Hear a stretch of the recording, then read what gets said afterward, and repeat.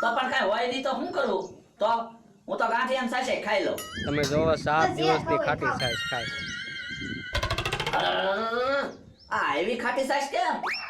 તો તમે લાવો ભોળા દાદા ન્યાથી.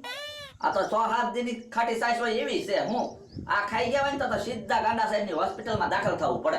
આવી માર નથી ખાઈ. નાખ્યા દે. તે પણ ઈ સાસને નાખવા હું કામ જાવ છો? વાસણ ધોવા કામ લાગશે. વારો છે હવે ભોળા દાદાનો. કોણ છે લા? કોણ છે? એ જોતાય નથી આયા આઠવાડો ઉપર નાખો તે.